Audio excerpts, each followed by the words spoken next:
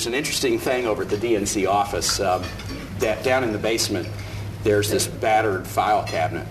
And you pass by it a million times a day and not know what it is. It's the file cabinet that was broken into at the Watergate Hotel in 1974. We just keep it around as a little memento.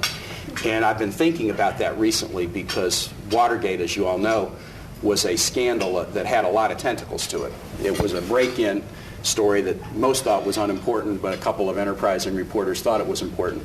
But then by the time it expanded, it had its tentacles in a whole lot of areas, including the financing of campaigns. And it led to probably, I would think, one of the one or two most salutary developments in American politics in the last 30 years, which is the trend towards openness and disclosure.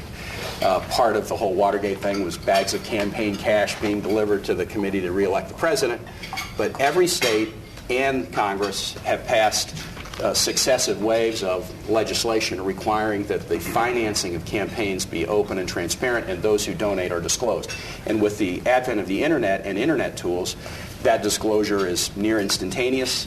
It is a great resource for citizens to know who's funding candidates. It's a great resource for the media to hold folks accountable. It's also a healthy discipline for campaigns. Knowing if they take a check, it's going to be reported. It makes campaigns and committees vet who's giving them money. There is a concerted effort, aided and assisted by what I think was a very radical Supreme Court decision, the Citizens United case, a concerted effort on the Republican side of the aisle to reverse what I think is a 30-year trend towards openness and transparency, and to instead maximize the funding of campaigns through non-reportable entities where donors are not disclosed. I think this is a huge story. It might end up being, I'm not in the business, it might end up being one of the biggest political process stories since Watergate, as we see this trend toward funding campaigns through non-reportable entities. The Democrats stand squarely for requiring disclosure of who is funding campaigns. We argued strongly that right after the Citizens United case, we would see happen exactly what's happening, that people without corporations, entities, even foreign entities without any limits would have the prospect of putting monies into campaigns without there being any reporting. And I don't think it's an accident that you're seeing this happen and happen in a major way now.